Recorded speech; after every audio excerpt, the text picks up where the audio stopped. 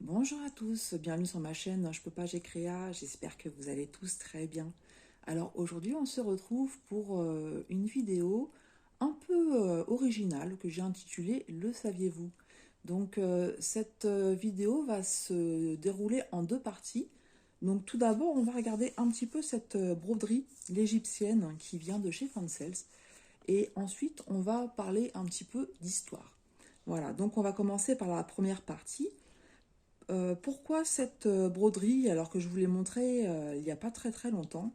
En fait, j'ai vu plusieurs, au moins deux vidéos de Christelle, donc Kiki la petite brodeuse, et Véronique.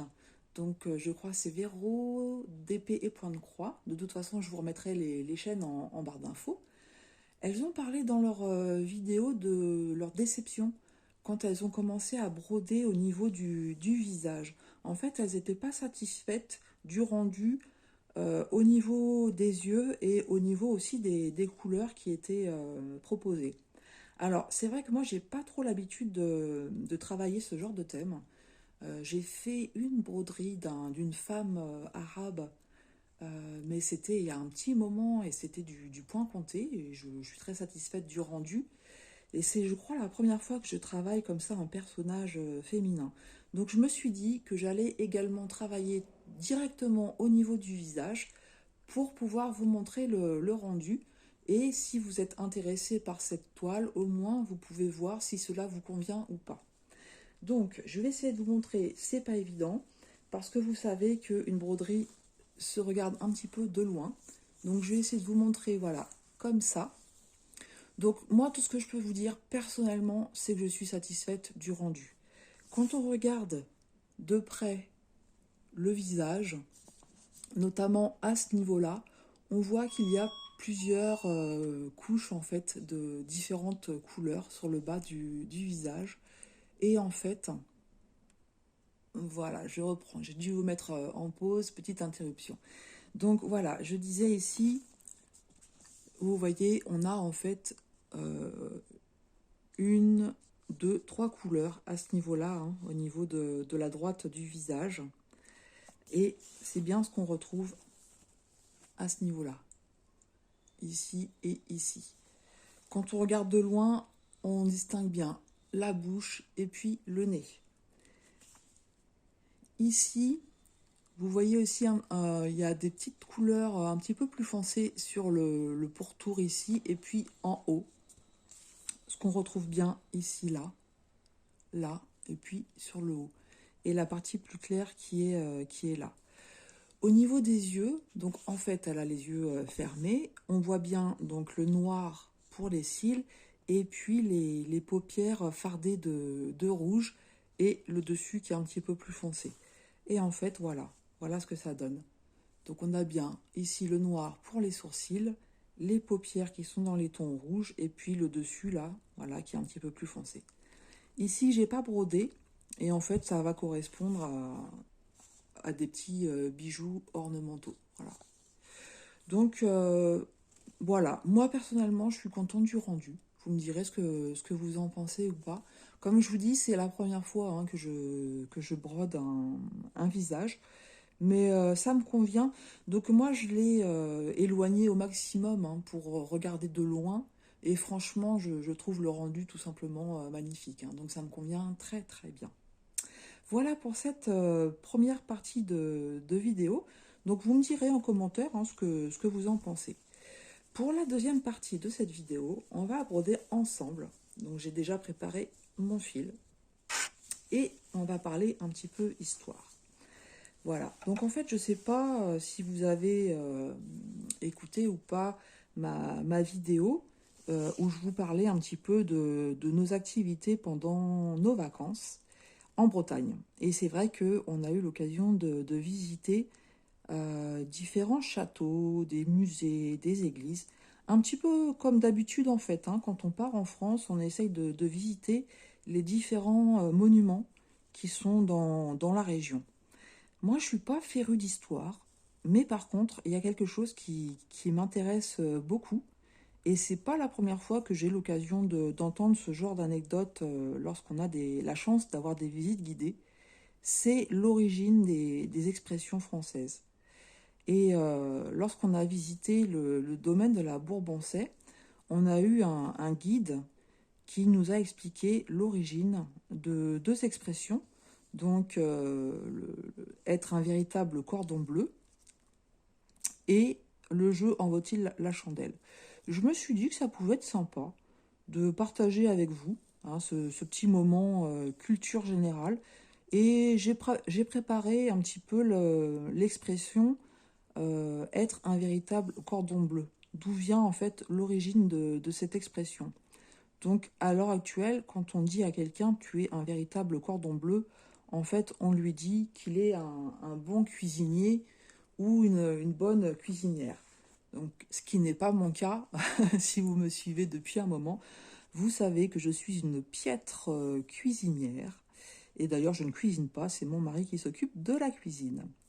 Bref, c'est pas le sujet.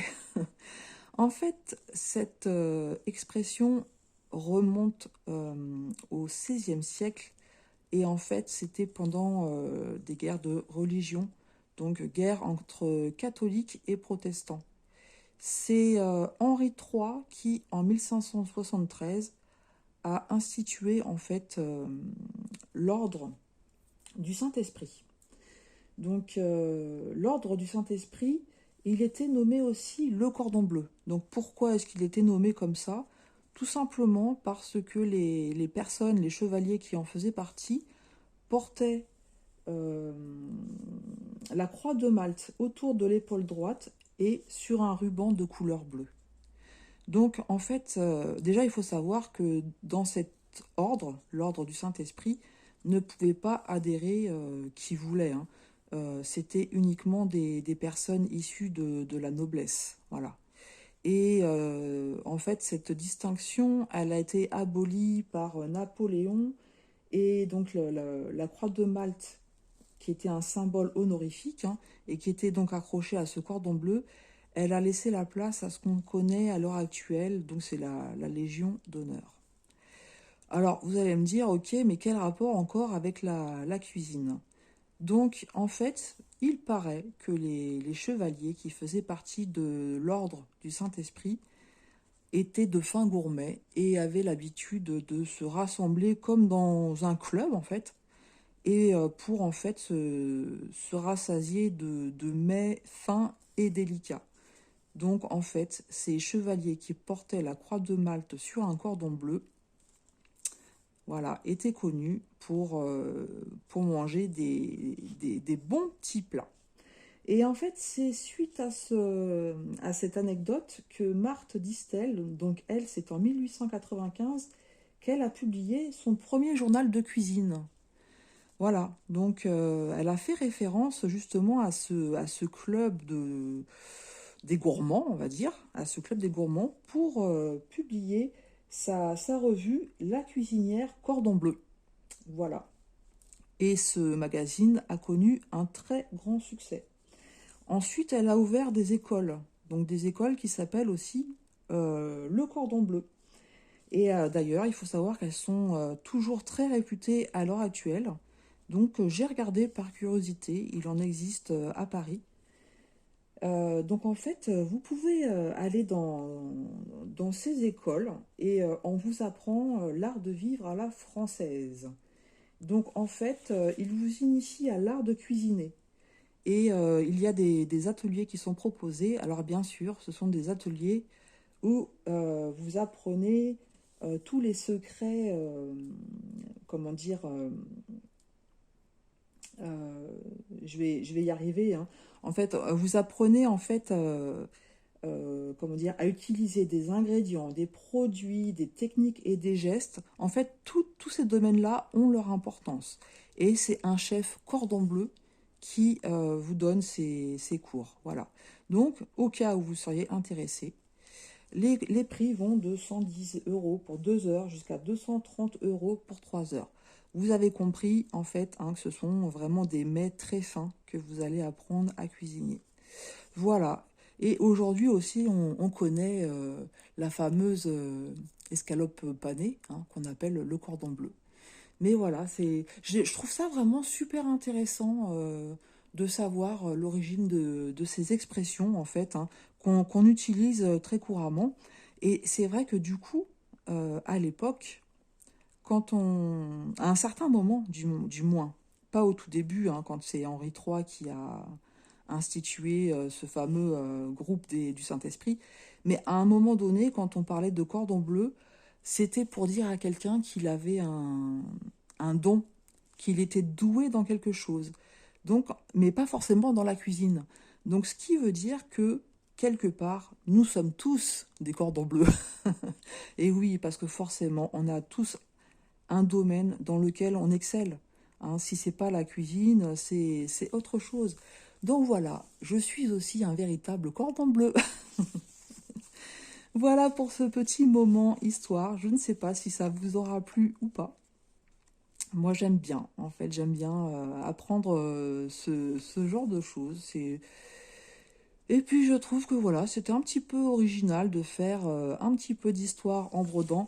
Donc bien entendu, on n'a pas brodé beaucoup, hein, mais le but c'était de vous montrer, comme je vous dis, le visage. Ce qui est chose faite. Voilà, bah écoutez, je vais pas forcément continuer à broder maintenant. Pour tout vous dire, je me suis inscrite à un cours de Zen Tangle, donc c'est du dessin, apparemment du dessin pour se relaxer. Et ce cours va bientôt commencer. Et bien, vous savez quoi, je vous en parlerai dans une prochaine vidéo. Je vous dirai comment ça s'est passé. Donc, sachant que ça dure sur 3 jours. C'est un cours gratuit et le premier jour, c'est 40 minutes. Donc, à suivre dans une prochaine vidéo. Voilà, j'espère que vous aurez passé un petit moment relaxant avec moi. Moi, je vous embrasse bien fort et je vous dis à tout bientôt sur ma chaîne Je peux pas, j'ai créa.